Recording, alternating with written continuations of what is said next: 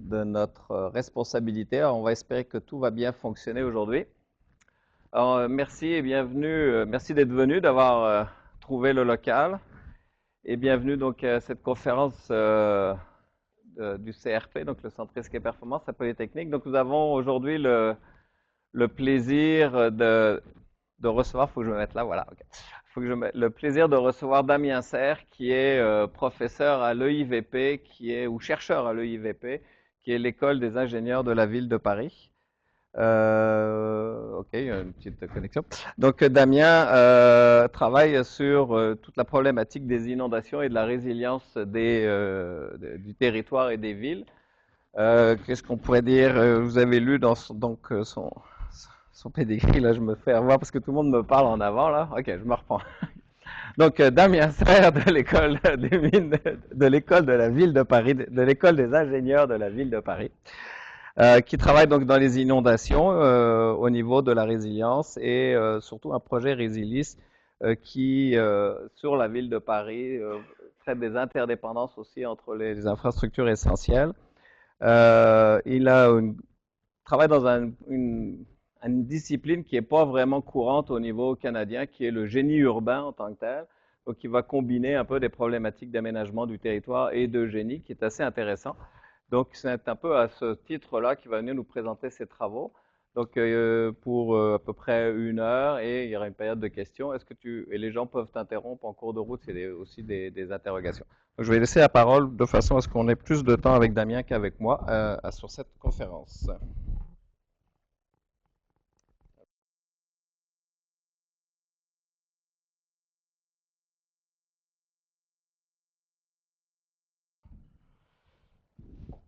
Bien.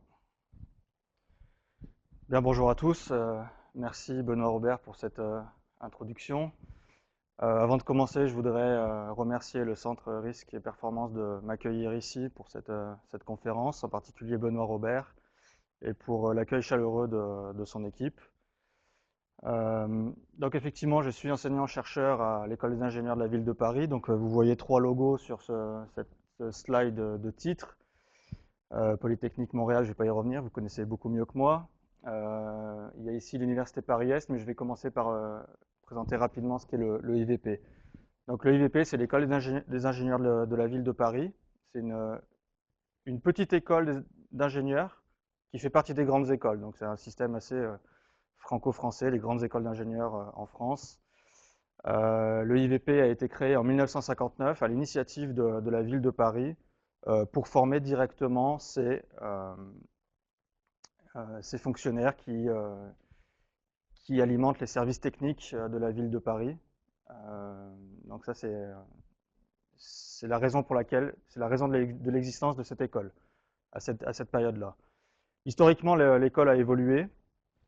Les étudiants n'étaient pas forcément que des fonctionnaires, mais c'est ouvert à des étudiants plus classiques qui alimentent désormais d'autres services d'autres municipalités, qui travaillent également dans des entreprises privées ou dans des établissements mixtes d'aménagement, etc. En tout cas, tout ce qui touche à la ville et à l'aménagement.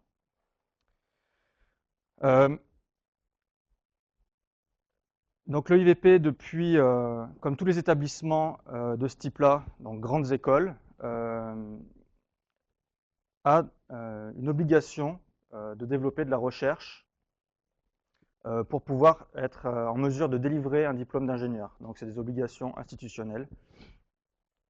Et c'est à ce titre-là que j'ai été recruté en 2007 à l'École des ingénieurs de la ville de Paris pour travailler sur des questions de risque. Alors ça m'amène à présenter rapidement les 2 axes, et je veux dire 2,5 axes de recherche qu'on a à l'EIVP. On a un axe de recherche sur les questions d'énergie, donc tout ce qui est ville et énergie, comment essayer d'optimiser un petit peu tout ce mode de fonctionnement. Essayer de trouver des énergies pour, en tout cas, d'optimiser tous ces systèmes. Et un deuxième axe qui concerne la résilience urbaine au sens large, que je pilote à l'École des ingénieurs de la ville de Paris. Et un troisième axe qui est un peu transversal, relatif aux questions d'espace public et d'aménagement urbain. Donc, ce que je vais vous présenter aujourd'hui, en fait, c'est les résultats de recherche qu'on a mené à l'EIVP depuis mon arrivée en 2007 jusqu'à aujourd'hui. Alors le titre de ma présentation, c'est Une ville résiliente aux inondations. On verra pourquoi on parle d'inondations. J'aurais pu mettre un titre juste Une ville résiliente. Historiquement, on a commencé à travailler sur des questions d'inondation parce que c'est le risque redouté dans la plupart des villes d'Europe. Et évidemment, Paris ne fait pas exception. La dernière grande crue de la Seine a eu lieu en 1910. Et on sait aujourd'hui que la ville, par son développement, a finalement augmenté ses enjeux dans les zones inondables. Paris est une capitale économique également. Si aujourd'hui il y avait une inondation de type 1910, il y aurait des effets, évidemment des effets directs de dommages, etc., sur certaines infrastructures, mais des effets indirects encore bien plus importants, touchant l'économie de la France et éventuellement de l'Europe.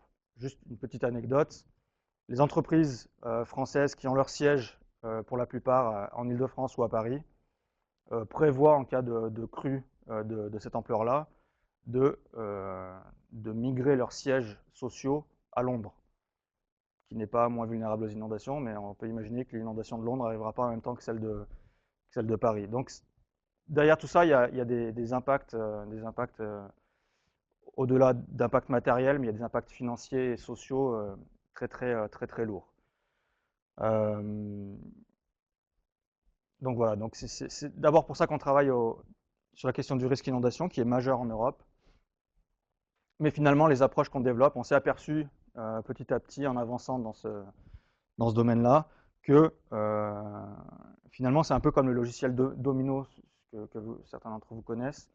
En fait, il peut servir à à traiter divers types d'aléas. Et c'est ce dont on s'aperçoit en avançant dans nos recherches. Alors ma présentation va être la suivante. Je vais tout d'abord commencer par vous présenter mon parcours de recherche, et ce qui donnera aussi des explications de pourquoi je mène des recherches dans ce domaine-là. Dans un deuxième point, je présenterai les motivations des recherches, pourquoi on fait ces recherches-là, dans quel cadre. Ensuite, quelles réponses scientifiques on souhaite apporter aux problématiques et aux enjeux qu'on a identifiés et que je vous ai rapidement dressés en introduction. Ensuite, je vous présenterai les méthodes et les outils qu'on développe pour finalement rendre opérationnelle la réponse scientifique qu'on cherche à apporter. Et puis je terminerai par un bilan et des perspectives de recherche. Donc je vais commencer par vous présenter brièvement mon parcours de recherche. Donc en fait initialement, en tout cas, tout à l'heure dans la salle j'ai entendu le mot de pluridisciplinarité quelque part. La recherche que je revendique, elle est transdisciplinaire ou pluridisciplinaire, on ne va pas se battre sur les mots. Et en tout cas, c'est ce que j'essaye de porter comme message à travers ma recherche. Alors, j'ai tout d'abord un parcours universitaire en aménagement et développement territorial dans une UFR de géographie à Grenoble. Donc une formation, on peut dire, déjà un peu transversale entre les questions de géographie, les questions d'aménagement et les questions d'urbanisme. Ensuite, je me suis spécialisé en sciences de l'information géographique au travers d'un DEA. Alors les DEA, ça n'existe plus, ça me rajeunit pas finalement. Mais on appelle ça du coup des masters, master 2. On a discuté un petit peu ce matin. Donc en sciences de l'information géographique, donc tout ce qui est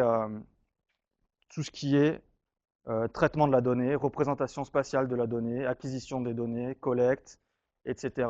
Et que ce soit à travers des systèmes d'information géographique, des bases de données, l'utilisation d'images satellitales, etc. Donc ça, c'est un petit peu ma spécialisation. Et puis finalement, un itinéraire de recherche qui a été consacré à l'amélioration de la résilience urbaine face aux risques d'inondation.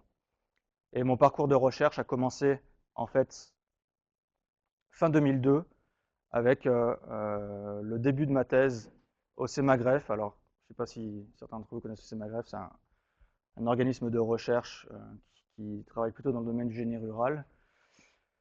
Moi, je suis dans une unité qui travaille sur la question des ouvrages hydrauliques, barrages et digues de protection. Et j'ai fait ma thèse dans ce cadre-là pendant 3 ans pour essayer de développer des systèmes d'information à référence spatiale pour pouvoir optimiser les opérations de maintenance sur ces ouvrages. Donc, je rentrerai un petit peu dans le détail après, mais qui dit ouvrage de protection dit déjà inondation. Donc, j'étais déjà un petit peu dans ce thème-là, même si j'avais un regard très focalisé sur un ouvrage particulier. Ensuite, j'ai poursuivi au CEMAGREF dans le cadre d'un post-doctorat. Je suis allé travailler dans le privé en Angleterre, dans une entreprise qui s'appelle HR Wallingford, près d'Oxford, toujours pour travailler sur les questions d'inondation, mais un petit peu moins sur ce qui pouvait se passer sur les ouvrages de protection et un petit peu plus sur ce qui se passait derrière ces ouvrages. Donc, commencer à travailler sur des questions finalement de croiser à la fois des questions de performance d'ouvrage et des questions de vulnérabilité du territoire derrière cet ouvrage. Et quelles décisions on peut mettre en place pour essayer de réduire le risque par rapport à ça. Ensuite, en 2007, fin 2007, je suis arrivé à l'école des ingénieurs de la ville de Paris. Vous voyez écrit UPE, c'est l'Université Paris-Est, j'en dirai un mot juste après, en tant qu'enseignant-chercheur, et je travaille donc dans le domaine de la résilience urbaine. Alors, pourquoi urbaine? Parce que finalement, l'école des ingénieurs de la ville de Paris est spécialisée dans le domaine du génie urbain, donc je vais y revenir aussi. Et donc, mes recherches finalement se focalisent sur les questions de risque, dans ce cas-là, risque inondation, mais plutôt dans le domaine de la ville, parce que c'est là que se concentrent les enjeux. Et même si l'approche multi-échelle reste importante. Alors, j'ai oublié tout à l'heure de parler de l'Université Paris-Est. Je ne sais pas si c'est le cas au Québec ou au Canada, etc. En France, il y a en ce moment tout un mouvement de rapprochement des universités dans des presses. Alors les presses, c'est des pôles de recherche d'enseignement supérieur. Tout simplement pour essayer de créer des grosses machines universitaires visibles depuis l'international. C'est toutes les questions de classement de Shanghai où les universités françaises sont plutôt des petites universités et pas très visibles dans le classement international. Donc il y a une espèce de politique de regroupement pour devenir visible, ce qui dans le fond ne change pas vraiment les choses. Mais en tout cas, l'école des ingénieurs de la ville de Paris est rentrée depuis, j'ai envie de dire, 2 ans dans le cadre du PRESS Paris-Est. Donc Paris-Est, c'est connu parce que c'est Marne-la-Vallée et tout à côté de Disneyland. Donc pour ceux qui connaissent un petit peu Paris, voilà, situé à l'est. Donc voilà pour le contexte un petit peu, contexte institutionnel et le contexte de mes recherches dans ces divers organismes. Alors là, on va pouvoir discuter du positionnement un petit peu scientifique que j'ai qualifié d'intégrateur de mes recherches. Donc effectivement, on parle d'un profil transdisciplinaire en génie urbain. Il va falloir qu'on définisse rapidement ce qu'est le génie urbain. C'est vraiment pas clair pour peu de gens. En France, ça commence à être assez clair, mais à l'international, ça l'est un petit peu moins. Donc c'est tout simplement une recherche voilà, qui se veut un apport pour le génie urbain, mais où je me sers de disciplines qui lui sont connexes et qui l'alimentent, telles la géographie, l'urbanisme et l'aménagement de l'espace, les questions qui sont liées aux sciences de l'information géographique et également les sciences de l'ingénieur, le génie civil et les méthodes d'analyse de risque qui peuvent exister derrière. Tout ça au service du génie urbain. Alors, le génie urbain, terme créé un petit peu, je pense, dans les années 80 par Claude Martinan, en opposition au génie rural, où là on voit un peu mieux ce que c'est. Mais le génie urbain, de manière classique, au moment de son invention, entre guillemets, c'était de dire finalement la ville est présente et ne fonctionne que par ses réseaux techniques. Donc, en gros, les réseaux techniques font la ville et le génie urbain se positionne sur un travail de recherche ou d'application sur les réseaux techniques. Aujourd'hui, on parle de génie urbain modernisé ou génie urbain rénové, où finalement, le génie urbain se veut l'interface entre le génie civil qui travaille sur les infrastructures et les architectes et urbanistes qui conçoivent la ville. Donc on est, en fait, si vous voulez, on permet le dialogue entre ces deux types d'acteurs pour essayer de faire la ville et en touchant à la fois des aspects techniques, mais le génie urbain aussi intègre également des dimensions plus sociales de la ville. Et donc on fait comme ça l'espèce de chaînon manquant qui pouvait exister entre des génies civilistes purs et des aménageurs ou architectes urbanistes purs. Donc voilà un petit peu dans quel contexte on travaille. Donc une science qui est le génie urbain, et puis des disciplines qui lui sont connexes et dans lesquelles on récupère des méthodes qui nous intéressent pour répondre à la problématique qu'on se fixe. Alors évidemment, une activité de recherche en liaison avec des besoins sociétaux, ça veut dire quoi? Ça veut dire que la recherche qu'on développe à l'école des ingénieurs de la ville de Paris est une recherche opérationnelle qui a pour objectif de fournir des éléments factuels aux entreprises, aux collectivités territoriales avec lesquelles on travaille. Donc c'est j'ai envie de dire, une recherche à l'échelle temporelle de 5 ans, quoi. Une recherche à assez court terme. Donc, évidemment, des projets de recherche qui se focalisent sur la résilience urbaine et qui alimentent l'axe de recherche. Ça a commencé par le projet Flood Resilient City, qui est un projet européen pour travailler avec différentes villes sur les questions de risque d'inondation en Europe. Le projet Floodprobe pour essayer de développer des méthodologies d'évaluation de la résilience urbaine par rapport au risque d'inondation. Le projet Resilis, qui est un projet ANR, un projet national français qui regroupe des partenaires académiques et des industriels pour travailler sur la résilience des villes, mais cette fois-ci, et c'est un petit peu là que c'est la transition, non plus uniquement sur des questions d'inondation, mais sur d'autres types de risques naturels ou technologiques. Un petit projet financé directement par la ville de Paris qui s'appelle Paris Résiliente, où là c'était vraiment un focus des méthodes développées dans Flood Resilient City, Floodprobe et Resilis, pour voir comment la ville de Paris pouvait essayer de qualifier le niveau de résilience de la ville de Paris face à l'événement qu'elle redoute, la crue de 1910, de type 1910 de la Seine. Et puis un projet qui est rentré, qui est dans l'axe résilience également, mais qui est un petit peu à la marge des autres, projet Joaquin, où là on travaille sur des questions de pollution de l'air. Donc comment les questions qui se posent finalement, c'est de manière classique, l'approche classique en termes de pollution, c'est essayer de réduire à la source.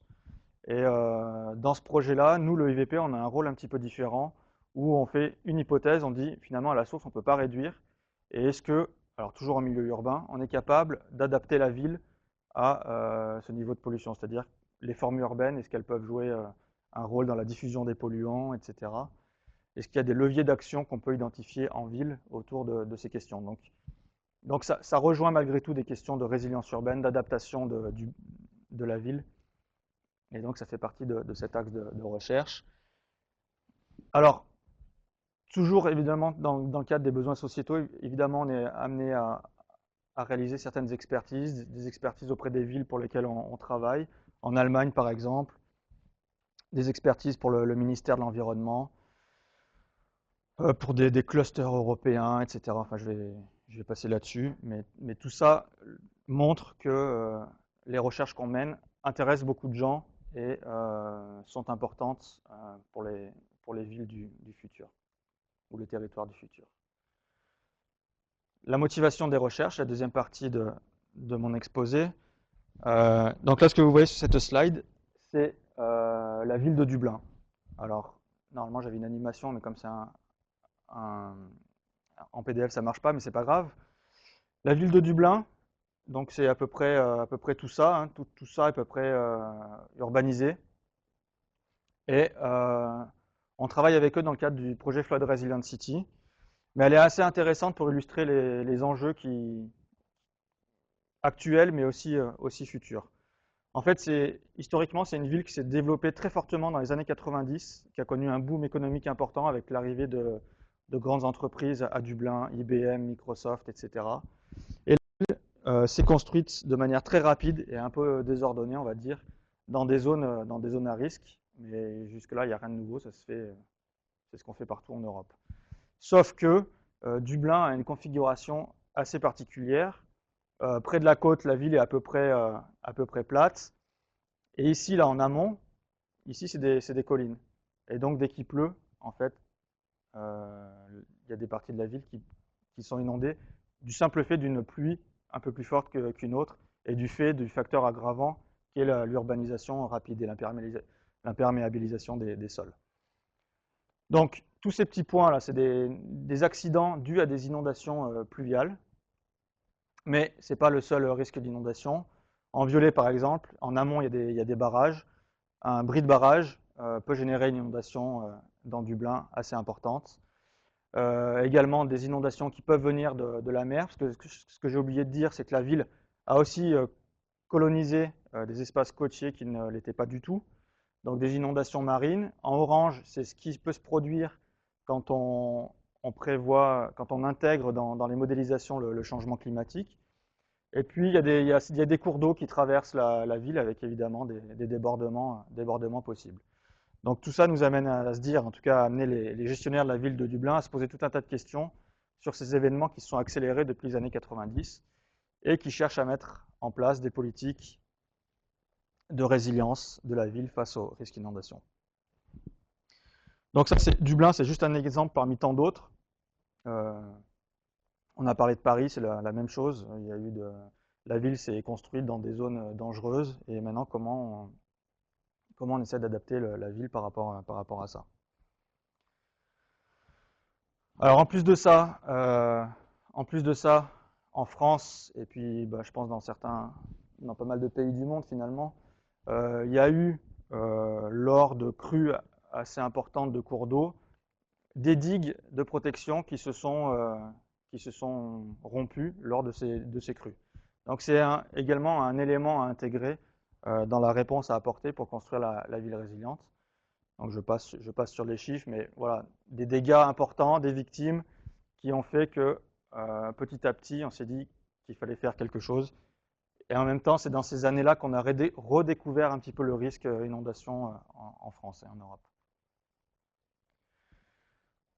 L'événement le plus récent, c'est la tempête Xynthia en 2010, avec des ruptures de digues à la mer qui ont causé 53 morts, 1 milliard d'euros de dommages. Donc la question de travailler sur la résilience urbaine nous apparaît comme majeure, en intégrant ce qui se passe derrière les digues, mais aussi ce qui se passe sur les digues. C'est ce qu'on va voir un petit peu maintenant.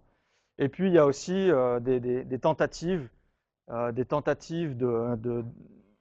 notamment par nos collègues des Pays-Bas, alors on peut les qualifier d'utopiques ou pas, mais en tout cas de travailler sur des villes flottantes, des villes adaptées aux inondations, des villes adaptées à l'eau, etc. Avec déjà l'importance dans leur principe de construction de ces villes, des réseaux techniques urbains qui, je vous le rappelle, sont très importants dans le domaine du génie urbain. Donc tout ça nous a amené à finalement à travailler d'un côté sur les ouvrages de protection, mais aussi sur ce qui se passe en ville, et particulièrement sur les réseaux techniques. Alors quand je dis réseaux techniques, c'est les réseaux classiques d'énergie, c'est tous les réseaux d'eau, les réseaux de télécommunications, les réseaux de transport qu'on intègre dans nos analyses. Quand on regarde un peu ce qui se passe sous la ville, on retrouve un petit peu ça un peu partout.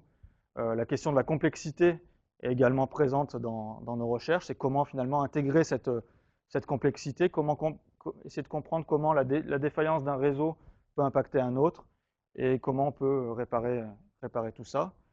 Et puis ça part aussi d'un constat. En fait, réglementairement en France, il y a des zones, la zone inondable qui doit être modélisée, matérialisée. Il y a des cartes de prévention des risques qui sont construites. Et de manière classique, on dit voilà, dans ma ville, la zone qui est vulnérable, c'est la zone inondable. Sauf que quand on croise la zone inondable avec la complexité des réseaux qui sont tous interconnectés, on se rend bien compte que finalement la vulnérabilité, elle ne se situe pas uniquement dans la zone inondable, mais du fait de cette complexité, va se propager en ville dans des quartiers qui ne sont pas du tout, finalement considérés comme vulnérables à l'heure actuelle. Et sauf que dans ces quartiers, il peut y avoir des bâtiments euh, vitaux ou essentiels, comme des hôpitaux par exemple, qui pourraient se retrouver sans électricité ou sans eau, selon les cas. Donc voilà un petit peu ce sur quoi on essaie de travailler dans nos questions qu'on traite sur la résilience urbaine. Et puis, bon, c'est là qu'est apparu le concept de résilience, qui fait que finalement, la gestion des risques est en train de se tourner vers un espèce de nouveau paradigme. Donc en fait, historiquement, quand on regarde ce qui s'est passé en Europe, mais je pense ailleurs également, on avait une gestion des risques qui était centrée sur l'aléa. Centrée sur l'aléa, ça veut dire quoi? Ça veut dire essayer de modéliser ce que peut être la crue, essayer de dimensionner les ouvrages de protection. Et puis, ça a marché pendant pas mal d'années, sauf qu'aujourd'hui, ça ne marche plus, parce qu'on se rend compte qu'il y a des digues qui se brisent, etc. Et du coup, on est dans un monde qui est de plus en plus incertain, avec un changement global qui est en cours. Et tout ça fait que cette gestion traditionnelle du risque, fondée sur la question de l'aléa, n'est plus suffisante. Donc, la suite, ça a été de travailler sur des questions de vulnérabilité. Qu'est-ce qui se passe sur notre territoire? Comment notre territoire est vulnérable? Mais bien souvent, ça s'est arrêté à essayer de localiser les enjeux sur un territoire. Et finalement, c'est assez difficile derrière de dire comment ils sont vulnérables. Ou alors de dire finalement, ou d'avoir des approches très analytiques. On va parler de la vulnérabilité d'un bâtiment, la vulnérabilité éventuellement d'un réseau, la vulnérabilité d'une entreprise, donc la vulnérabilité économique, la vulnérabilité sociale. Sauf que tout ça fonctionne ensemble et que cette approche sur la vulnérabilité ne permet pas d'embrasser un petit peu tout ça. Donc il y a vraiment aujourd'hui un besoin de rupture et qu'on sent en marche finalement en Europe en tout cas sur intégrer le fonctionnement du système urbain dans la réponse qu'on va mener. Et c'est exactement ce que veulent faire toutes les politiques publiques aujourd'hui, d'essayer d'intégrer ce fonctionnement urbain, comment la ville fonctionne et dysfonctionne en cas de crue ou d'événement, pour pouvoir apporter les réponses appropriées. Sauf que tout ça, c'est bien joli, c'est dit en 4 mots dans une case noire, mais derrière tout ça, il faut des concepts qui nous permettent de le faire. Et puis derrière aussi également essayer de trouver des méthodes pour pouvoir essayer d'intégrer ce fonctionnement des systèmes urbains.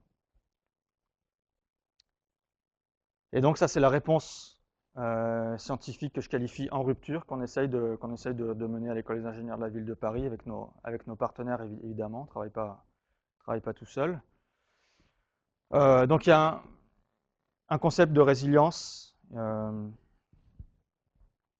qui existe depuis assez longtemps dans certaines disciplines, mais qui était assez peu traité dans le domaine des risques, sauf depuis Katrina, on parle de la Nouvelle-Orléans, on parle de résilience des territoires, etc.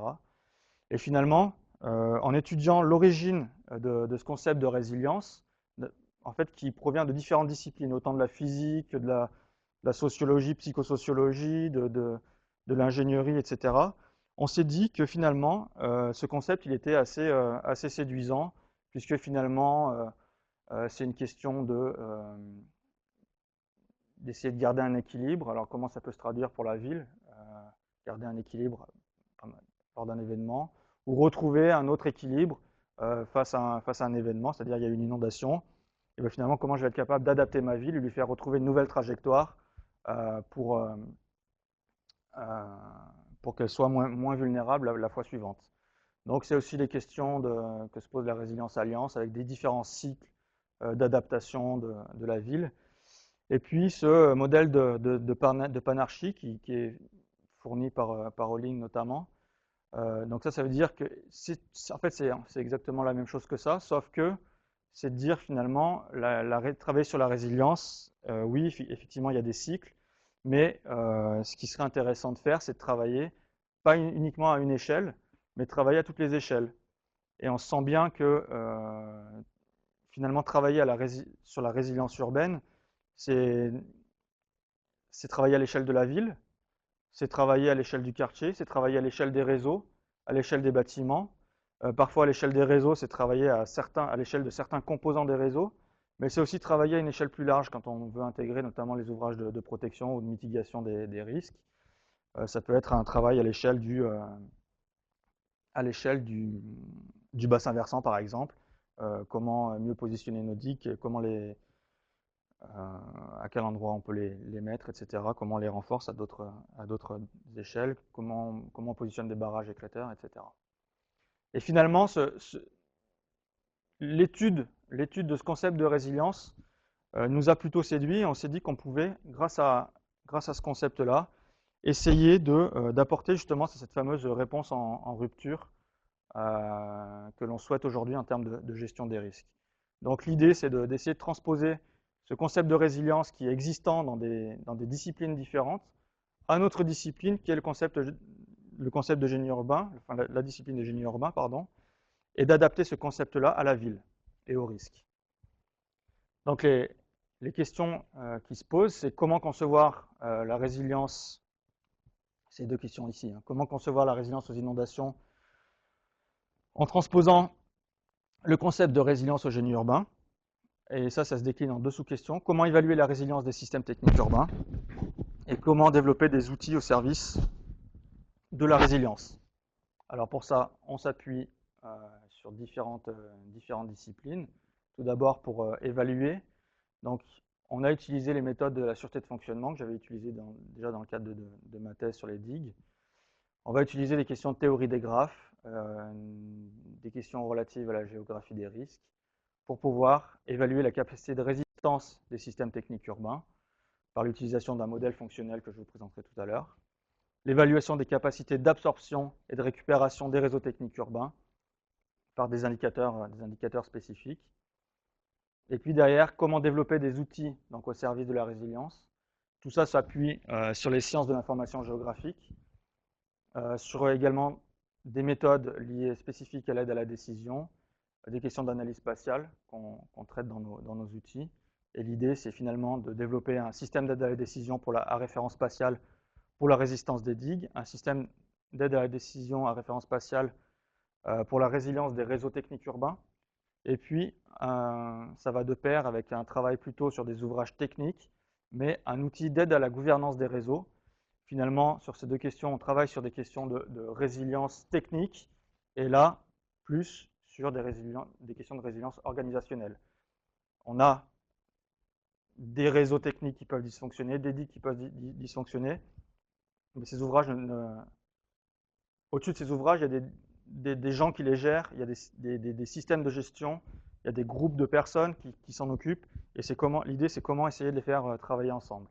Et finalement, nous, on a commencé à travailler sur les questions techniques, et on trouvait que c'était déjà assez complexe, mais quand on s'est attaqué à travailler sur les questions d'organisation, de résilience organisationnelle, eh ben, je vous assure que c'est encore beaucoup plus compliqué, avec des gens qui ne veulent pas travailler ensemble, qui ne veulent pas échanger leurs données. Voilà, comment on les sensibilise au risque, et c'est un travail quotidien, j'ai envie de dire. Donc je vais peut-être passer un peu vite sur cela. Donc on part d'un constat, donc des systèmes techniques urbains dont les défaillances augmentent les effets d'inondation en milieu urbain. Une gestion sectorielle des systèmes techniques urbains. Quand l'EDF dit, moi s'il y a une inondation qui arrive à Paris, le premier réflexe que je vais avoir, c'est de couper l'électricité pour ne pas avoir d'incendie, parce que c'est le deuxième effet d'une inondation, c'est les incendies. Alors on a vu le cas, vous avez tous vu le cas à New York pendant l'incendie. Donc voilà, donc c'est comment les autres gestionnaires de réseau, quand ils n'ont plus d'électricité, comment ils font pour faire tourner leur réseau. Mais c'est juste un exemple parmi tant d'autres. Donc essayer de casser un peu cette gestion sectorielle. Une diffusion du risque inondation due à la méconnaissance des relations entre les systèmes. Essayer de travailler sur aussi comment améliorer la connaissance de ces systèmes qui sont complexes. C'est ce qu'on essaie de faire avec nos méthodes et nos outils. Donc la réponse scientifique, finalement, c'est de proposer des méthodes d'évaluation de la résilience des systèmes techniques urbains, concevoir des systèmes d'information à référence spatiale, pour essayer de prendre des décisions plus favorables à au développement de la résilience urbaine et à la réduction des risques en milieu urbain. Donc l'idée, c'est de travailler sur des approches systémiques pour comprendre comment tous ces systèmes fonctionnent ensemble. Et le concept de résilience appliqué au risque en milieu urbain, c'est aussi, en tout cas par rapport à l'inondation, c'est aussi accepter à un moment donné que la ville soit inondée. Donc ce qui était complètement hors de propos dans la vision des ingénieurs. On construisait des ouvrages pour se protéger et c'était facile. Pendant l'inondation, la digue elle allait tenir et la ville ne serait pas inondée, etc. Donc il n'y avait pas de problème. Sauf que là, on se rend compte que la ville elle est quand même inondée. Et qui dit ville inondée, c'est comment on fonctionne, comment on peut fonctionner pendant ce laps de temps où la ville va être inondée. Donc c'est aussi un des axes, un des leviers pour travailler sur les questions de résilience. Donc finalement, avant, on était dans ce secteur où on donnait une importance majeure aux ouvrages de protection. Et puis après, petit à petit, des stratégies mixtes d'aménagement, où finalement, on pouvait peut-être éventuellement réduire nos ouvrages de protection. Comme ça, en cas de rupture, le danger était moindre, parce qu'il y avait une vague plus petite qui pouvait se produire éventuellement. Mais derrière, s'il y a inondation, essayer de concevoir un environnement urbain plus adapté à ça. Finalement, c'est la question de se dire, travailler sur la résilience urbaine, c'est avoir un plan A, qui peut être les ouvrages de protection dans certains cas, mais pas tout le temps, et un plan B sur la stratégie, qu'est-ce qui se passe en termes d'inondation, s'il y a inondation sur le territoire.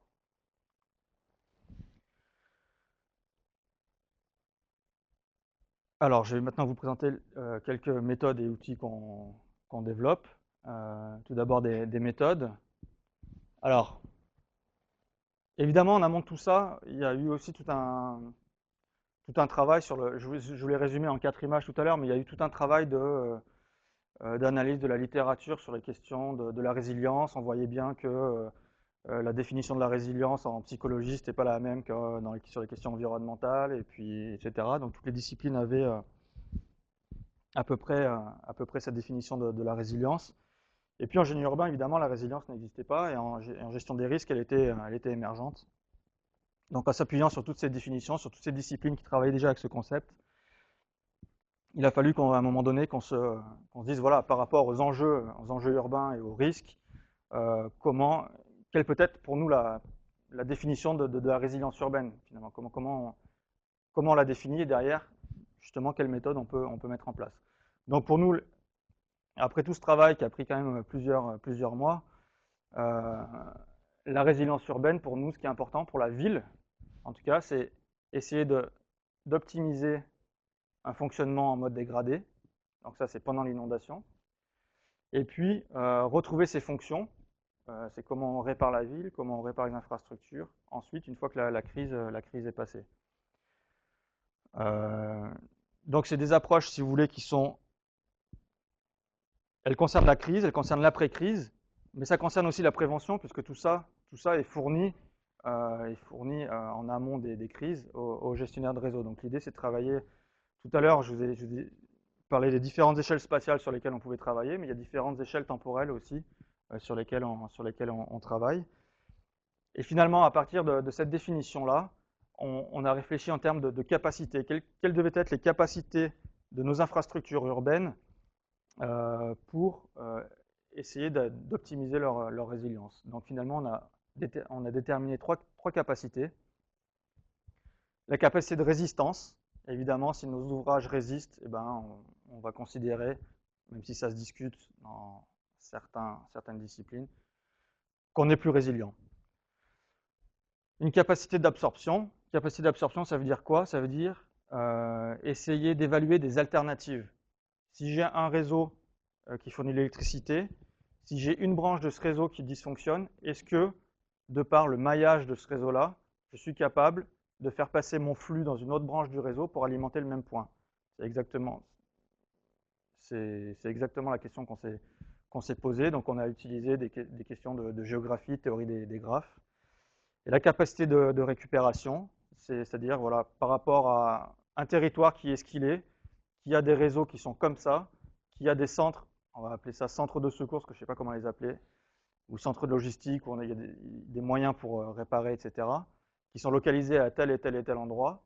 Et bien si je regarde tout ça, est-ce que en travaillant avec les sciences de l'information géographique, je suis capable d'optimiser, en faisant de l'analyse spatiale, d'optimiser la reconstruction de la ville.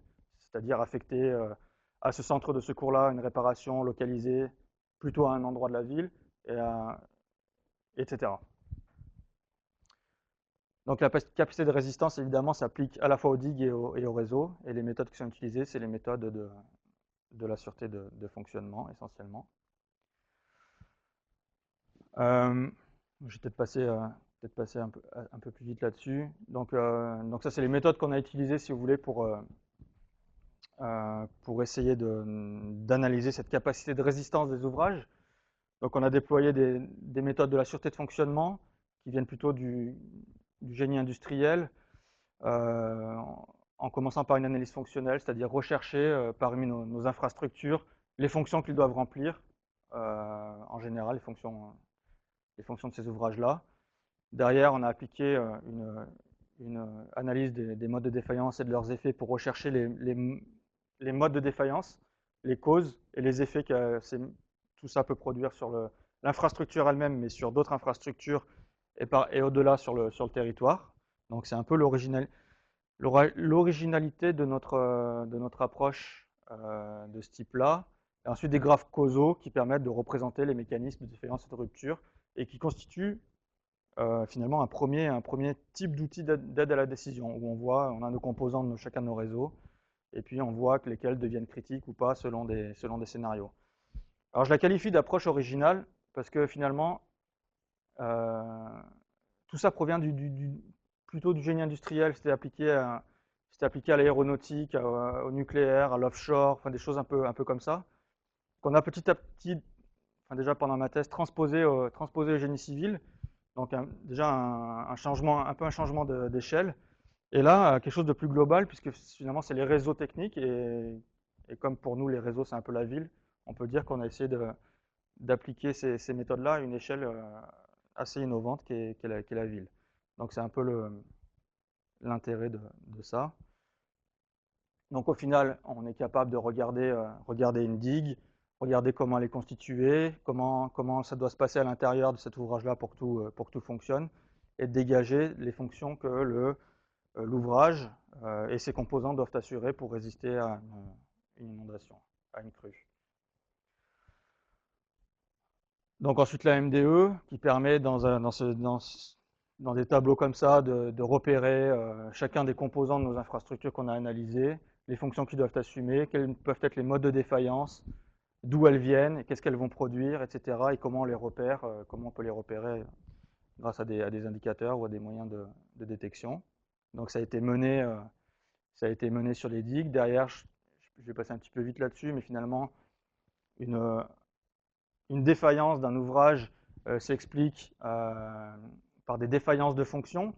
Et des défaillances de fonctions proviennent de phénomènes qui viennent faire que la fonction est dégradée ou inexistante, et du coup qui vient provoquer en chaîne comme des effets dominos, d'autres phénomènes à l'intérieur de l'ouvrage ou sur d'autres ouvrages.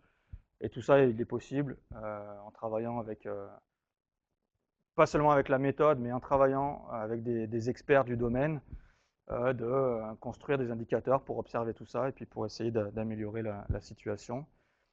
Donc au final, quand on travaille sur les digues, voilà, on va travailler, les digues par exemple, elles ont différents mécanismes de rupture, des mécanismes d'érosion interne, d'érosion externe, de surverse, etc.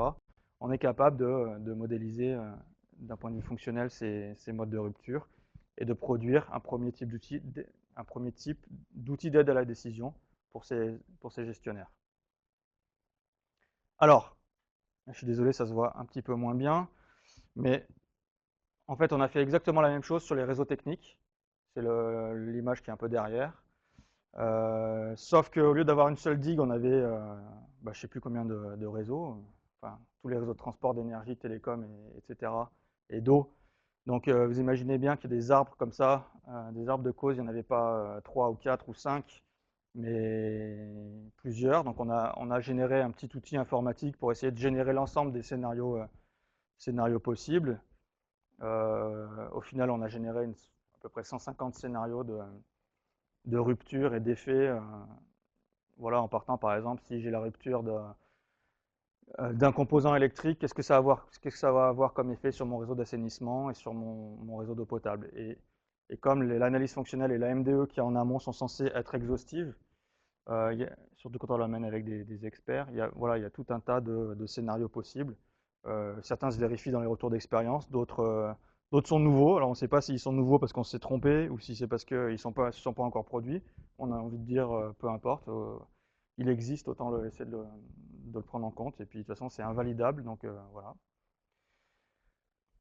En tout cas, ça nous a permis de modéliser également quasiment toutes les interactions possibles entre les réseaux techniques.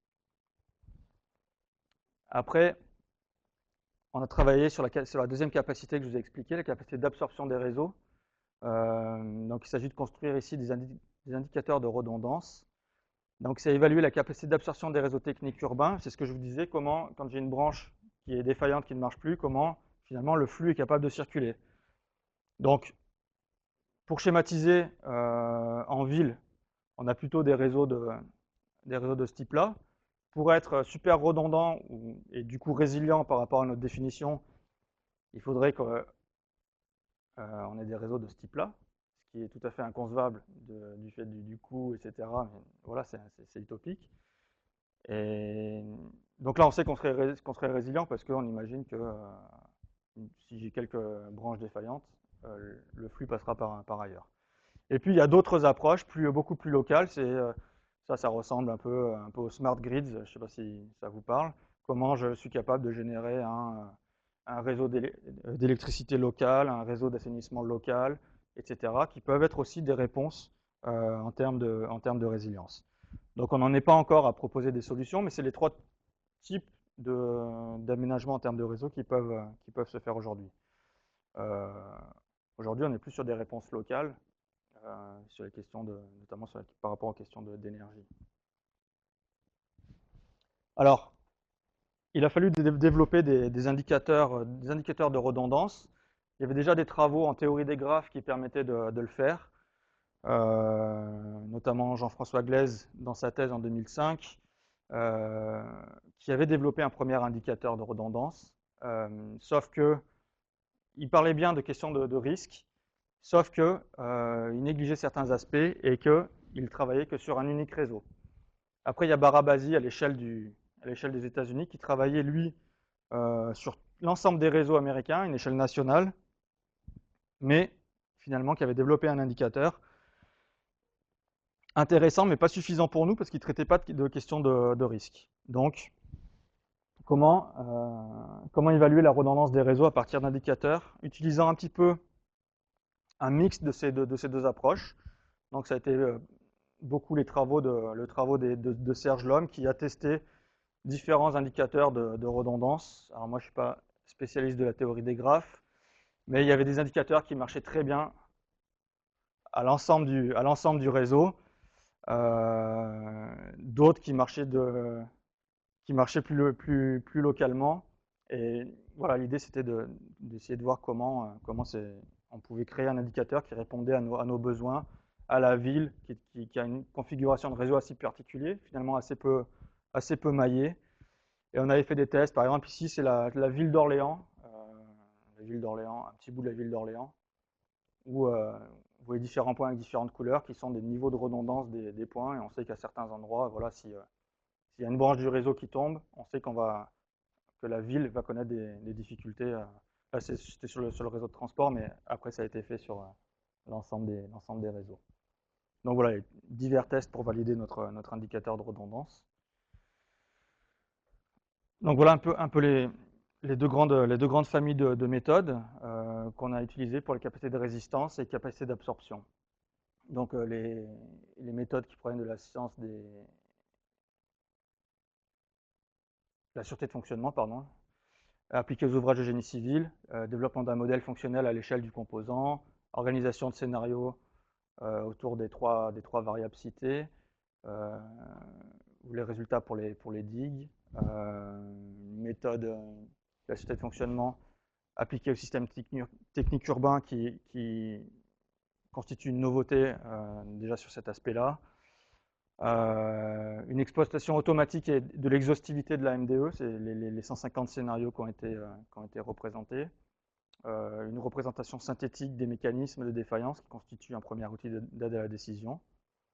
Un travail sur la capacité d'absorption avec une application de domaine géographie des risques et la théorie des graphes avec des nouveaux indicateurs développés.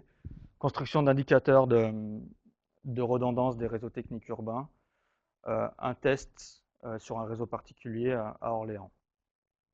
Donc vous remarquerez que je ne vous ai pas parlé de la dernière capacité, mais on va en parler par la suite, qui est encore en cours de développement. Donc on n'a pas de résultats aussi importants, mais ça va venir.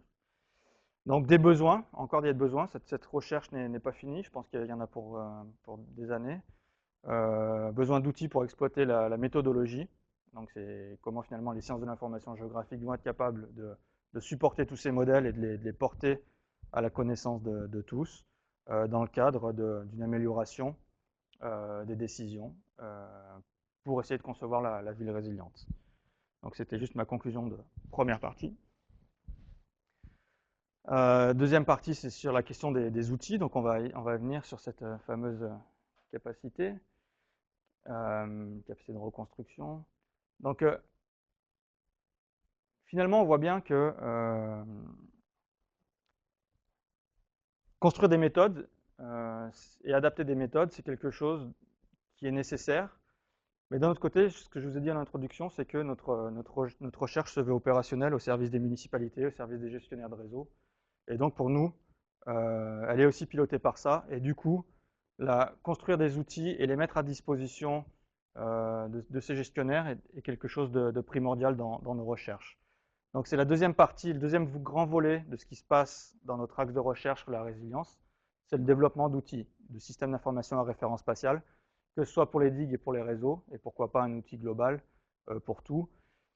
Donc évidemment, à chaque fois, les sciences qui sont utilisées sont les sciences de l'information géographique dans les deux. Technologie web sur les réseaux parce que dans le cadre de projets européens, on souhaite partager cette information, on souhaite partager nos outils et l'information qu'ils portent, et le web est un moyen de le faire. J'avoue qu'on est assez peu avancé sur cette question-là.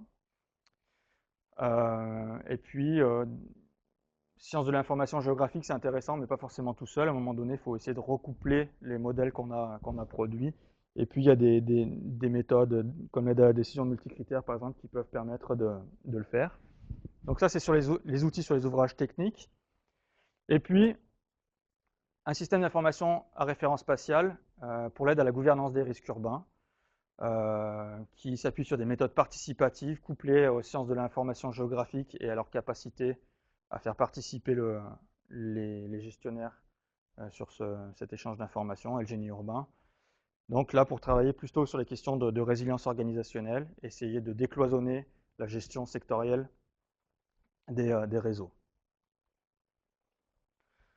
Donc là, c'est pareil, du coup, on ne voit pas toutes les images, mais on voit la finale, c'est le plus important. Ici, vous avez par exemple ce que permet de faire le système d'information à référence spatiale pour les digues, à repérer, en fait ici c'est un tronçon de digue que vous avez, qui est saucissonné en tronçons en niveau de performance. Donc ici vous avez un tronçon noir, ça veut dire qu'à la moindre crue, il va se produire une érosion interne et l'inondation va certainement inonder la crue va inonder le village. Après, ça permet aussi de faire de la stratégie, de dire voilà, j'ai différents niveaux de performance sur mon ouvrage. Selon où sont positionnés les tronçons les plus fragiles, ce ne sera peut-être pas ceux-là qu'on devra réparer en premier, ce sera peut-être des tronçons en état moyen, mais qui concerneront plus directement le village. Donc, il faut savoir en France, les gestionnaires de digues gèrent en moyenne 200 à 300 km d'ouvrage, et ils ont besoin d'avoir des stratégies de maintenance parce qu'ils ont un budget annuel qui leur est alloué, qui est ce qu'il est, ils ne peuvent pas faire plus avec. Donc il faut déterminer des priorités. Ce que permet aussi de faire l'outil, c'est par exemple en cliquant sur ce tronçon-là, de retrouver finalement les composants qui sont les plus fragiles ou en plus mauvais état, et ceux sur lesquels il faut mettre l'accent en termes de réparation, remplacement ou maintenance, ce qui à terme devrait permettre aussi de faire de la simulation financière sur les stratégies de maintenance. Un outil spécifique pour les réseaux, donc il reprend les trois capacités, d'absorption, de réparation et de résistance. Donc, où on est là sur des outils libres, c'est développé dans le cadre de la thèse de Serge Lhomme, qui a été soutenue récemment, et où finalement cet outil nous permet de voir comment les réseaux sont interconnectés et qu'est-ce qui va se passer qu'est-ce qui peut se passer en cas d'inondation, et d'essayer de prendre des décisions en fonction de ces trois capacités-là. Bon, vous voyez, pour l'instant, c'est encore très... l'outil existe, on a quelques données dedans, des fois, maintenant on a des données réelles parce qu'on a travaillé avec la ville de Dublin, mais au début on travaillait avec des données complètement fictives qu'on crée parce qu'on avait du mal à avoir des données, donc ça c'est une des limites. Je pense que la question de l'accès aux données est assez contraignant par rapport à ça. Alors pourquoi travailler avec la ville de Dublin? On a essayé de travailler avec la ville d'Orléans, on n'a pas pu, vous avez vu, on a travaillé juste avec le réseau routier parce qu'on l'a prélevé comme ça visuellement, enfin collecté. Mais la ville de Dublin, l'avantage, c'est qu'elle est... bon, déjà, on travaille avec eux dans un projet européen, et en plus, ils sont gestionnaires de tout leur réseau. Donc, il n'y a pas de délégation de services, et choses comme ça. Et bon, ils nous ont fait confiance, ils nous ont passé l'ensemble de leurs données de réseau pour qu'on puisse travailler avec eux là-dessus. C'était très intéressé du fait des enjeux auxquels ils doivent faire face. Justement, des cartes en termes de résultats, des cartes qui ont été produites sur la ville de Dublin. Ici, ça concerne la capacité d'absorption. Donc, il s'agit une fois qu'on fait ce travail sur les réseaux, de fragilité des réseaux et des effets du fait de leur interdépendance, on est repassé à une analyse un peu plus générale du territoire pour essayer de déterminer des secteurs plus ou moins résilients en fonction de cette capacité-là. Donc, sur la ville de Dublin, on a travaillé en faisant des scénarios de rupture par endroit de leur réseau d'électricité et de leur réseau d'assainissement, et regarder les effets sur la carte. Alors, ce que vous voyez en bleu, là, finalement, c'est la zone inondable de l'événement qu'on avait choisi de traiter, inondation par la mer plutôt. Et puis, en fonction des scénarios de fragilité de ces réseaux-là, ce que vous voyez en rose ici foncé, c'est les dommages directs dus à la défaillance du réseau d'assainissement. Et puis en rose plus clair, c'est finalement des effets secondaires dans un territoire qui semblait ne pas être en connexion directe avec ce réseau. Donc c'est le type de cartes qui peuvent être produites. Un deuxième type de carte qui concerne cette fois la capacité de récupération. Donc c'est là où on localise, alors on a toujours la zone inondable ici, et puis on a, bon là on ne les voit pas sur la carte, mais on a des centres de secours ponctuellement diffusés sur le territoire, et puis on est capable finalement d'analyser en fonction de la localisation de ça, quelles peuvent être la capacité de récupération du territoire. Est-ce qu'on se situe dans des conditions plutôt favorables à la remise en service de la ville, ou est-ce qu'on se situe dans des situations plutôt défavorables? Donc tout ce qui est rose, c'est plutôt défavorable, et les autres couleurs plutôt favorables. Donc ça dépend de... Oui. Alors là, sur Dublin, on avait travaillé juste avec, en croisant deux réseaux, le réseau électrique et le réseau d'assainissement. Et je pense que ce que Serge a fait, il a aussi regardé le réseau routier, parce que évidemment, pour pouvoir intervenir, enfin, la route est le support des secours. Du coup, c'était croisé là-dedans. Mais bon, c'est juste un exemple de carte parmi tant d'autres, parmi tant de scénarios. Enfin, voilà, c'est un peu ce qui peut ressortir de l'outil qui a été développé. Et ça, quand on le présente par exemple à la ville de Dublin, ça génère de la nouvelle information parce que il y a des choses qui pressentaient et où on leur montre un peu la même chose avec la carte, mais des choses qu'ils n'avaient pas imaginées. Et finalement, quand ils retravaillent et qu'ils creusent la question, ils se disent, mais oui, c'est vrai qu'en termes de stratégie, il faudrait qu'on agisse là, parce que là, on n'avait pas identifié qu'il y aurait pu y avoir un effet à cet endroit-là, de cette ampleur-là, etc. Mais bon, pour l'instant, on est quand même sur des choses un peu qualitatives. Je vois pas comment ça peut être quantifié pour l'instant, mais enfin, il y a certains chercheurs notamment ceux du courant Resilience Engineering, etc., qui cherchent à quantifier maintenant.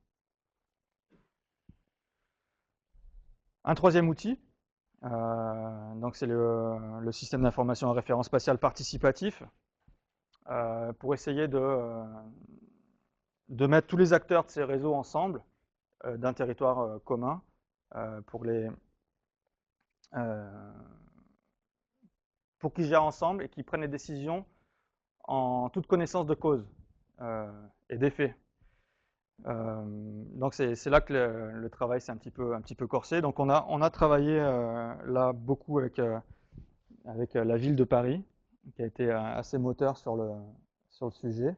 Donc finalement, on s'est appuyé sur les résultats de modélisation, d'interaction, d'interdépendance pardon, des réseaux techniques urbains produits par Serge Lhomme. Et puis, ça c'est une autre thèse, c'est la thèse de Marie Toubin, qui cherche finalement à faire le lien entre voilà, des réseaux techniques qui sont interconnectés, mais également à un niveau, j'ai envie de dire, supérieur ou organisationnel, des gestionnaires qui sont là, qui sont en charge de leur réseau, mais qui ont finalement assez peu de connexions. Et bon, quand on analyse déjà à cette échelle-là les gestionnaires, on se rend compte de la complexité parce que aujourd'hui, par exemple, si on prend EDF, EDF ne gère plus ses réseaux. C'est notre entreprise, c'est ERDF. Enfin, voilà, il y a tout un tas tout s'est complexifié et pour l'ensemble des réseaux. Donc travailler, réussir à mettre autour de la même table les gestionnaires de réseau, c'est rien que ça, c'est une prouesse, j'ai envie de dire. Donc au final, la thèse de Marie Toubin, c'est d'essayer de représenter finalement ces interdépendances. Et Marie s'est appuyée fortement sur ce qui est fait justement ici, les travaux de Benoît Robert et son équipe, l'outil Domino, pour essayer de se constituer sa propre méthode et essayer de voir finalement comment les différents services urbains, là, du coup on ne parle plus de réseau urbain mais de services urbains, sont interconnectés, interdépendants les uns des autres, dépendant de quoi, comment, combien, etc. Donc elle a commencé à travailler par des réseaux particuliers, elle a commencé à travailler sur le réseau de la RATP, essayer de voir pourquoi la RATP, parce que j'ai envie de dire que c'est les plus sensibles en termes de risque, les plus avancés, et ils sont assez moteurs également comme gestionnaire de réseau, mais les enjeux sont également énormes. S'il y a une inondation de type 1910, il se peut qu'il y ait certains secteurs où il n'y a plus de transport pendant plusieurs mois. Donc quand on voit, pour ceux qui connaissent Paris, comme c'est saturé, etc., ça sera vite problématique, des gens qui ne pourront plus aller travailler et des conséquences économiques pour eux, pour leur entreprise, etc. Donc l'idée, c'est de regarder avec la RATP de quoi ils ont besoin pendant la crue, et est-ce que ce service peut être fourni par le gestionnaire, et sinon, est-ce qu'ils ont des solutions palliatives à ça, etc. Donc Marie, elle a fait tout ce travail-là avec l'ensemble des gestionnaires, et du coup, ça lui a permis de réaliser finalement les interconnexions d'une autre manière que celle de Serge, et de la compléter. Ouais. Pardon, c'est le métro, enfin c'est le réseau de transport en commun. Métro, RER, bus.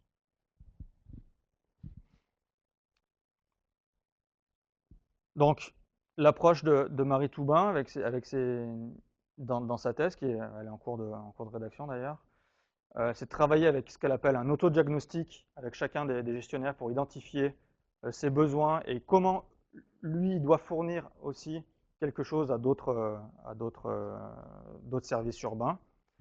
Ensuite, ça lui permet de modéliser ou de les représenter en tout cas, toutes ces interdépendances, d'essayer d'introduire des questions temporelles. Est-ce que si j'ai une inondation, mon service il va tomber tout de suite? Est-ce qu'il ne va pas tomber? Est-ce qu'il va tomber dans 2 jours, 3 heures? Etc. Donc ça, c'est quelque chose qui a été fait. Et après, il y a eu une étape de respatialisation de toutes ces informations sur un territoire, pas tout Paris, et sur deux arrondissements, les 12e et 13e arrondissements, qui sont enfin, où l'inondation est possible. Et puis de faire encore une séance d'atelier, parce qu'en fait, on a fonctionné sur des ateliers avec tous ces gestionnaires pour dire, voilà, là, voilà ce qui se passe sur le territoire. Est-ce que par rapport à ce dont on a discuté en amont, vous êtes d'accord avec ça? Et puis finalement, si vous êtes d'accord, oui, mais finalement, comment on fait pour essayer d'améliorer la situation? Donc c'est vraiment les questions qui sont posées dans cette thèse-là. Des cartes qui ont été produites également, donc il y en a toute une panoplie, mais je vous en fais voir que deux. Donc là, on est à l'est, au sud-est de Paris. Ici, il y a le bois de Vincennes. La Seine qui est ici. Si Paris continuait, la Seine ferait ça, avec la tour Eiffel qui serait par là. Donc voilà, là, c'est simplement des cartes qui montrent, par exemple, la dépendance électrique de la zone des autres services urbains et ce que ça peut poser comme problème. Ce qu'elle a fait, Marie, c'est qu'elle a pris, en fait, elle a mené une approche temporelle. Donc, c'est-à-dire que la crue à Paris, c'est des crues lentes. Et donc, voilà ce qui se passe à 1 jour, à 2 jours, à 3 jours, à 4 jours. Donc, elle a fait tout un tas de cartes comme ça. Là, c'est l'impact de l'inondation sur la mobilité. Mais on ne s'est pas intéressé à la mobilité des populations. On s'est intéressé toujours dans le cadre de nos services urbains identifiés, support dont les réseaux sont supports. Et finalement, c'est de dire comment, par exemple, si je suis gestionnaire du réseau d'assainissement, est-ce qu'à un moment donné, à ce niveau de crue, je vais être capable d'intervenir, de mener des interventions là où il y en a besoin pour que mon service tienne encore un peu et que je puisse encore alimenter un autre service. Donc c'est une carte de mobilité un peu particulière. Ça croise aussi d'autres informations. La ville de Paris, en cas de crue, met en place des barrières anti-crue temporaires. Sauf que, évidemment, il faut les mettre en place en amont de la crue. Et évidemment, la mobilité des services urbains en est réduite. Il y aura des endroits où on ne pourra pas traverser, il faudra faire un énorme détour, etc. Donc il y a tout ça qui peut être modélisé dans ce genre de carte. Donc vous voyez bien que ça peut être... enfin, la complexité de ça est tout à fait enfin, inhérente, quoi. Enfin, ouais. Non, c'est pas fictif.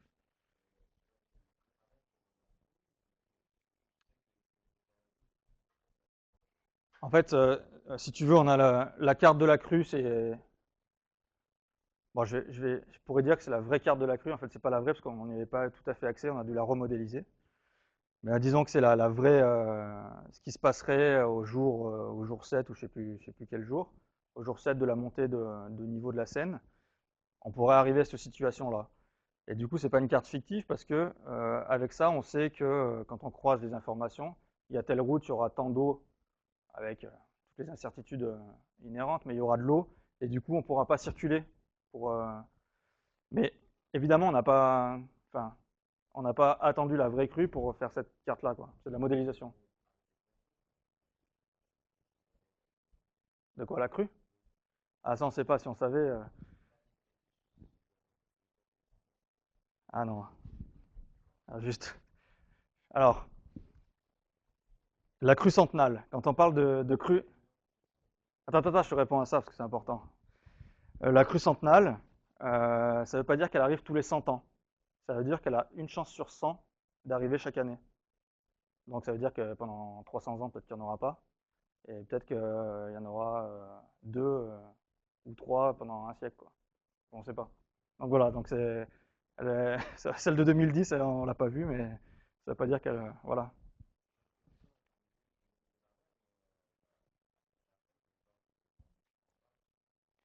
Ça, ouais, c'est une très bonne remarque. C'est une très bonne remarque parce que le sous-sol parisien, c'est un gruyère. Il y a tous les réseaux qui passent dedans. Et évidemment, la Seine, elle peut déborder par en haut, et c'est ce qui va se passer majoritairement. Mais par contre, elle va inonder par en bas. Elle va remonter, si tu veux, à travers ces réseaux-là. Mais sauf que ça, on ne sait pas comment. Il y a des gens qui travaillent dessus à l'heure actuelle, mais c'est encore entaché de plein d'incertitudes, de manque d'informations. On le saura quand ça arrivera. En gros. Ouais. Là, en fait, ce qu'on a traité, c'est vraiment que le débordement par-dessus. Non, mais tu as raison. Ouais.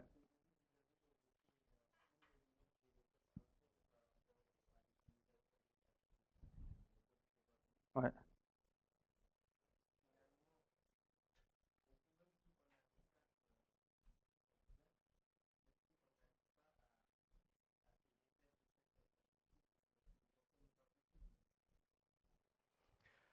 Mais c'est pour ça que nous, on ne travaille pas avec les probabilités et qu'on n'a pas essayé de quantifier, par exemple, quantifier la résilience urbaine. Derrière, ça voudrait dire aussi mettre en place des méthodes probabilistes, semi-probabilistes, avec un traitement de l'incertitude, avec des questions de logique floue, etc.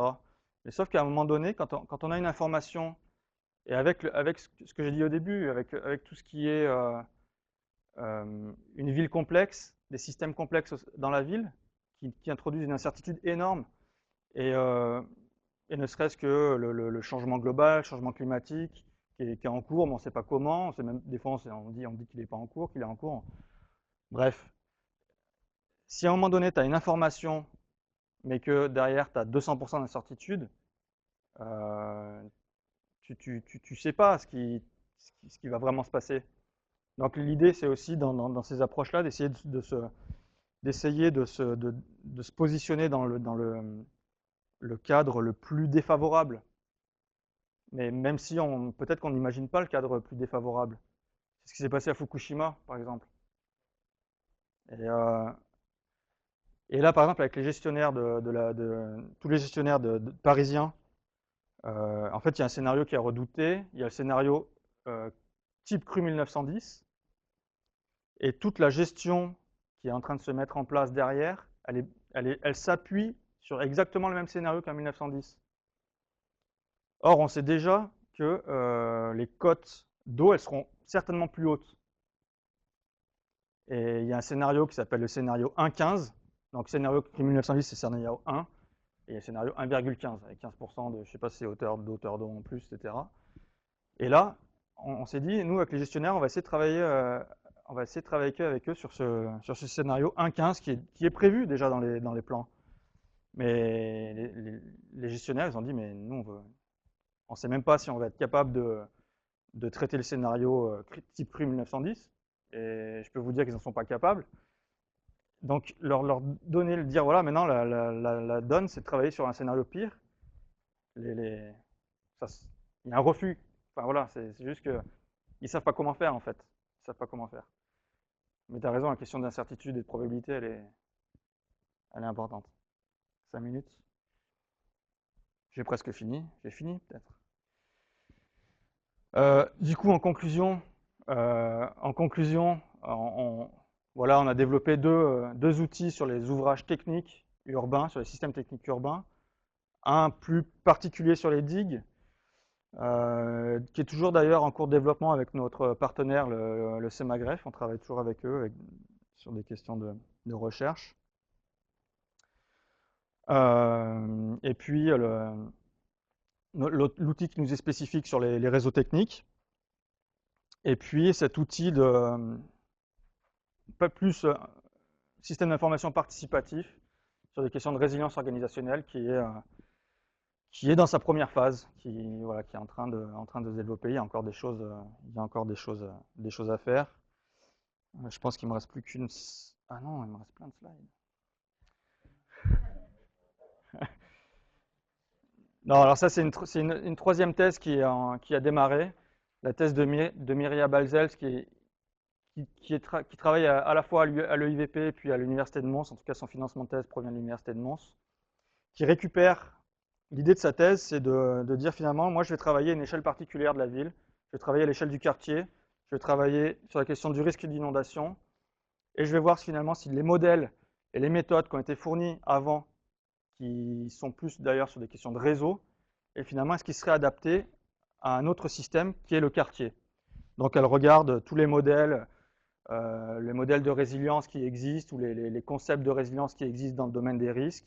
Elle regarde à quelle échelle du territoire ça s'applique et quelle information et comment sont traitées les trois capacités que je vous ai citées à ce territoire particulier. Donc, l'idée de sa thèse, c'est finalement, si à l'échelle du quartier, je prends en compte à la fois les réseaux, bien entendu, les réseaux, les relations des composants, les bâtiments, les espaces verts, etc.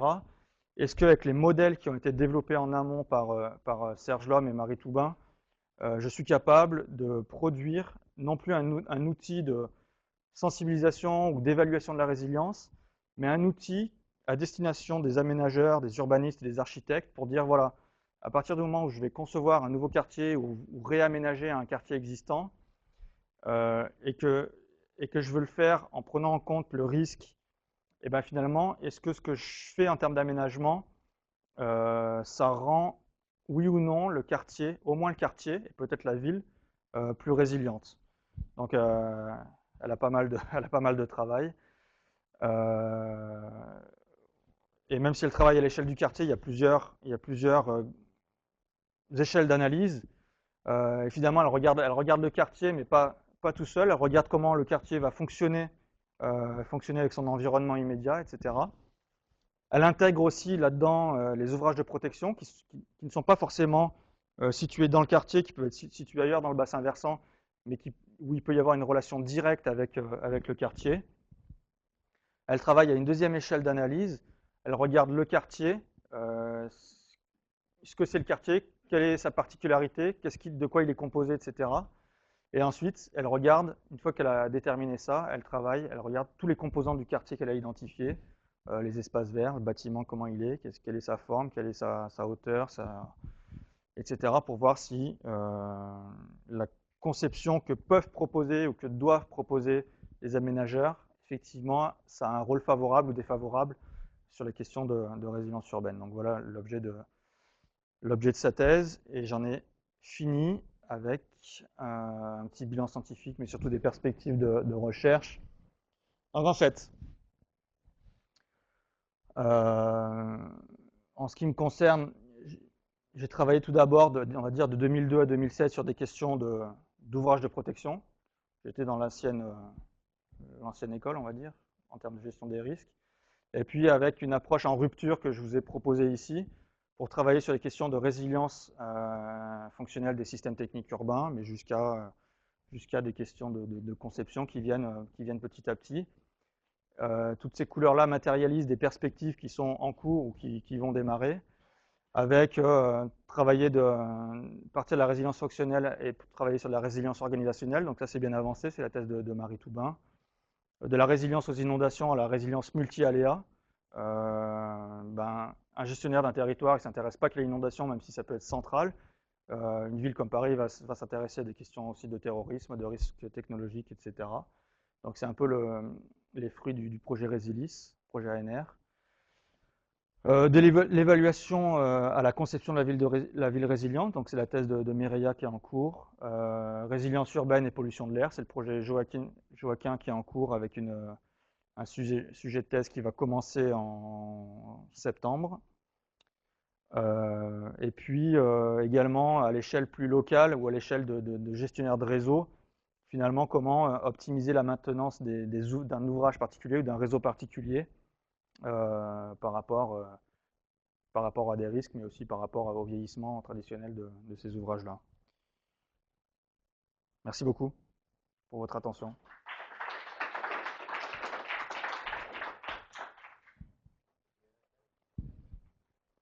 On prendra le temps pour quelques questions.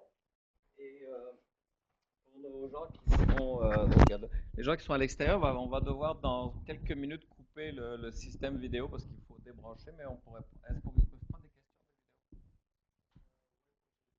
Si vous avez des questions en vidéo, il faudrait vous les écriviez, puis les écrire et on pourrait vous les communiquer. Sinon, on va prendre des questions de la salle s'il y en a. Des questions.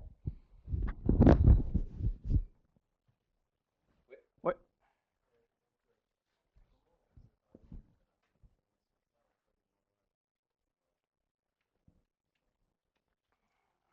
Ouais. Alors, en fait, si tu veux, quand on regarde les méthodes que j'ai présentées, en fait, elles peuvent. On a souvent un souci d'avoir des méthodes qui soient génériques, donc qui s'appliquent globalement. Ça reste malgré tout, même si on fait la recherche opérationnelle, ça reste des méthodes théoriques, et on cherche à ce qu'elles le restent, et ensuite on passe à la phase territoire à travers les outils et avec un travail, avec les gestionnaires locaux. Et puis, le plus difficile, c'est souvent est-ce que le territoire sur lequel on veut travailler, est-ce qu'on pourra accéder aux données, avec qui, quelles vont être les personnes relais sur ce territoire-là pour travailler avec nous, est-ce que les gens vont être intéressés, est-ce qu'ils vont vouloir porter avec nous le,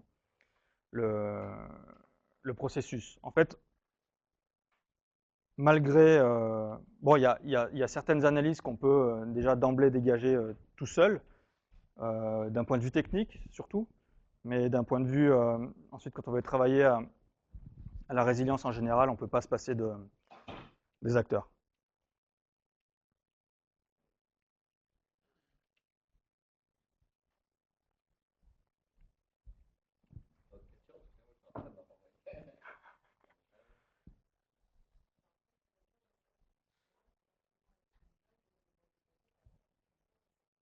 Ouais.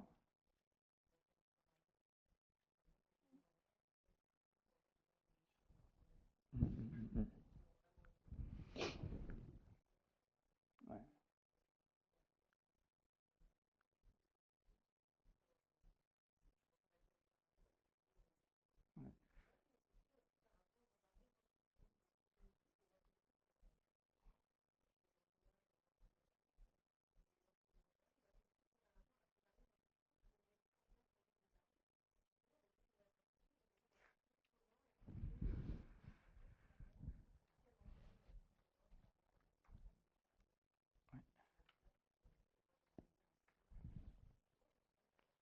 Alors, le système de barrière anti-crue, il est assez récent, il est assez inspiré de ce qui se fait à Prague suite aux inondations de 2002.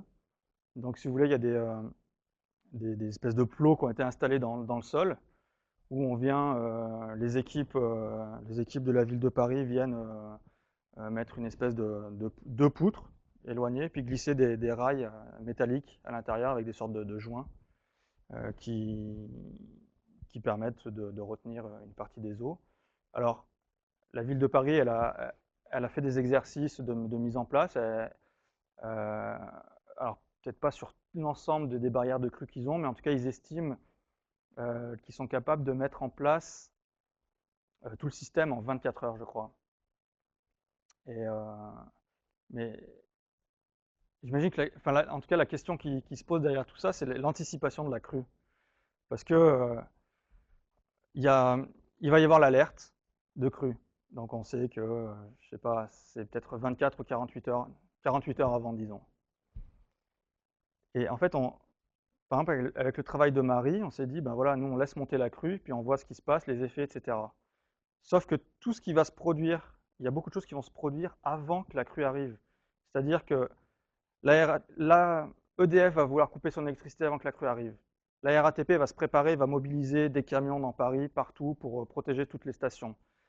La ville de Paris va mettre ses barrières anti-crue, etc. Et toute cette organisation qui reste malgré tout sectorielle va poser des problèmes aux autres. Par exemple, ne serait-ce que pour reprendre les barrières anti-crue, peut-être qu'à un moment donné, la RATP ne pourra plus aller protéger sa station dans un endroit justement inondable, quoi. Donc ça, il y a aussi cette question de l'anticipation de la crue. Et puis peut-être que derrière, il ne se passera rien. Donc il y aura eu tout ça qui sera mis en place. Et puis finalement, ben, peut-être pour rien.